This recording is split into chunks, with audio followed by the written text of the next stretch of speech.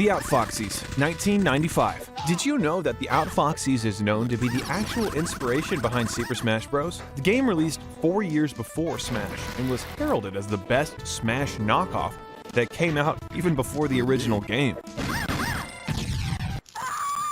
Super Smash Bros. 1999.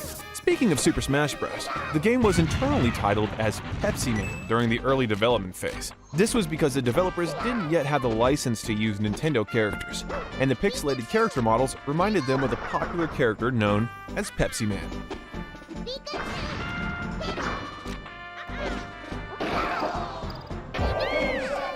Super Smash Bros. Melee, 2001. Moving on to Super Smash Bros. Melee, did you know that all characters in Melee require 8 frames after grabbing onto a ledge before they can perform another action? However, Link is quite literally the only character in the game that requires only 4 frames before performing another action.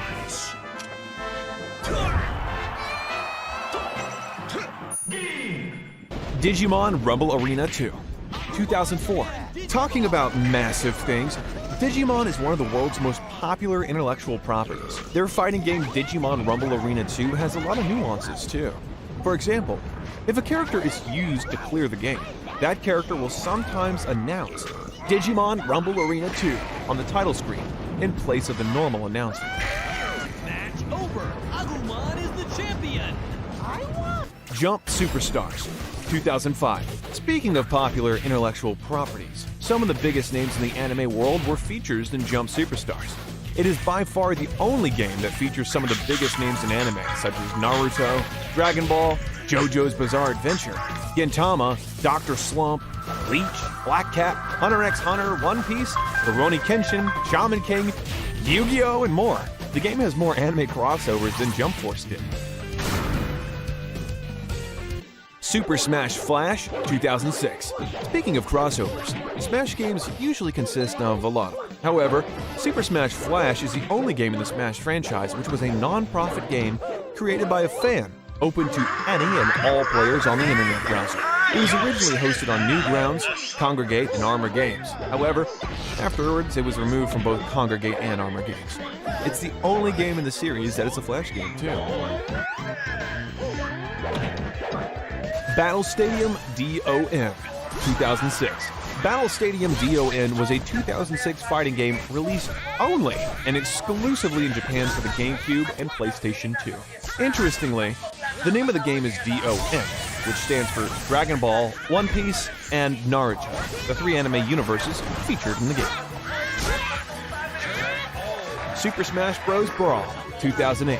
The Super Smash Bros. Franchise is humongous, and Brawl was one of the main games that revolutionized it unlike any other. The reason why Brawl is so different to other games in the series is the fact that it is the only game in the franchise to not feature any stages from Super Smash Bros., and also the only game to not feature Dreamland 64. Teenage Mutant Ninja Turtles Smash Up, 2009. Teenage Mutant Ninja Turtles were bound to get into the fighting game action, and they did spectacularly with 2009's Smash Up. As far as interesting trivia goes, this game's launch trailer uses a cover of the song Don't Ha Ha by Casey Jones and the Governors, only due to one of the game's characters sharing the name Casey Jones with the band's frontman.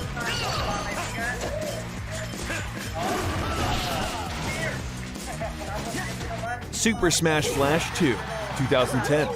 Super Smash Flash 2 was such a huge deviation from the original that the OG game almost died upon SSF2's release. It took so much inspiration and built upon it, going so far as to add new items and game modes which were completely original to Smash Flash 2.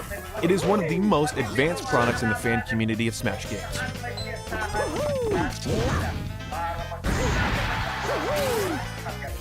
Project M, 2011.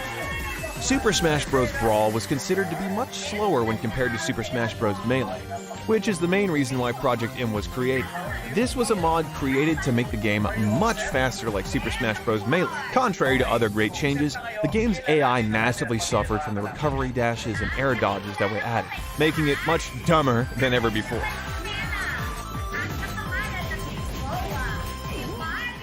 Cartoon Network Punch Time Explosion, 2011. Popular Cartoon Network Punch Time Explosion game has one thing that makes it completely unique to the rest.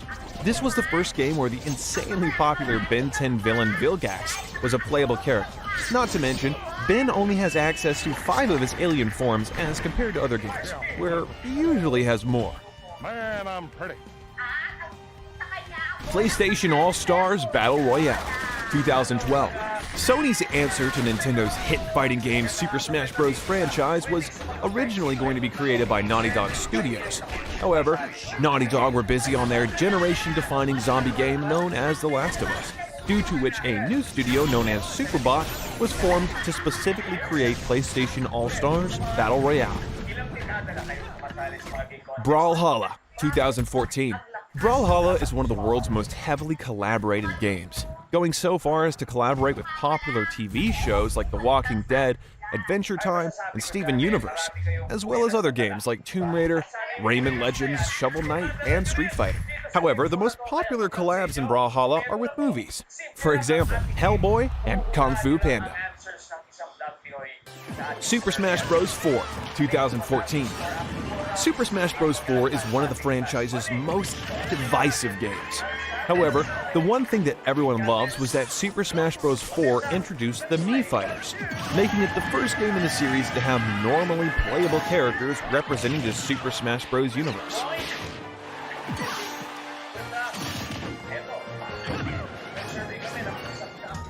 Rivals of Aether, 2015. Rivals of Aether is one of the most unique little indie fighting games that not many people know about, featuring characters from indie games such as Shovel Knight and original characters like Zetterburn and Forsburn. The funny thing about this game is that the original in-game characters' names were inspired by the dev team's gamer tags and nicknames. Kung Fu Panda Showdown of Legendary Legends, 2015. Speaking of Kung Fu Panda, the Showdown of Legendary Legends was received well on launch. However, the game quickly vanished into nothingness after the game was removed from digital storefronts in 2019. This was due to the expiration of the developer studio's Kung Fu Panda license. You are truly a master.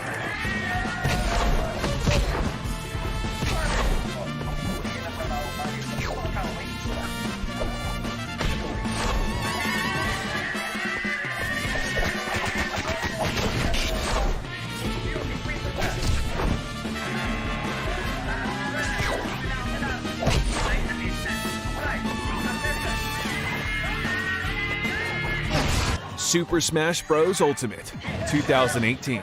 Super Smash Bros. Ultimate is by far the franchise's magnum opus, as well as being the most mechanically challenging game to date.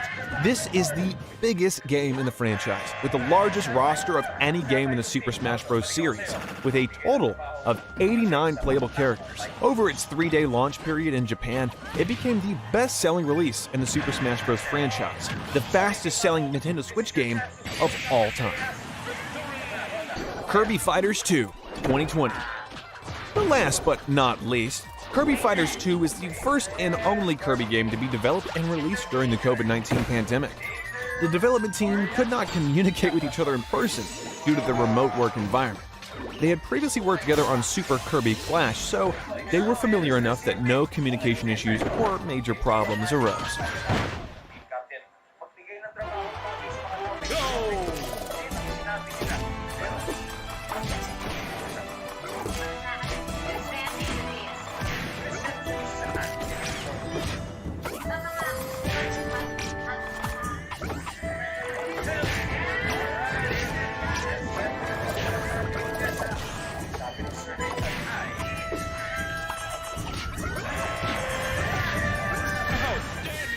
MultiVersus 2022.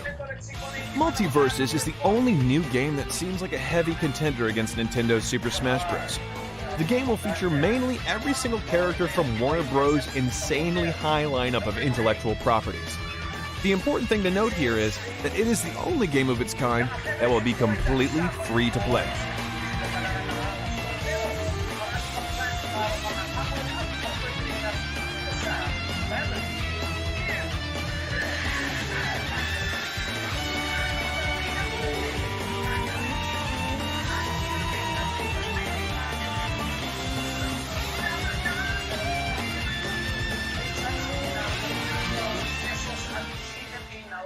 Fraymakers 2022. Fraymakers is the opposite of Multiverses. It's a smaller game made to represent indie games and their own Super Smash Bros.-like gameplay system. However, while most characters in Fraymakers are from smaller projects, Octodad sold over 450,000 copies and made over $5 million in revenue. Compared to everything else in the roster, Octodad is massive.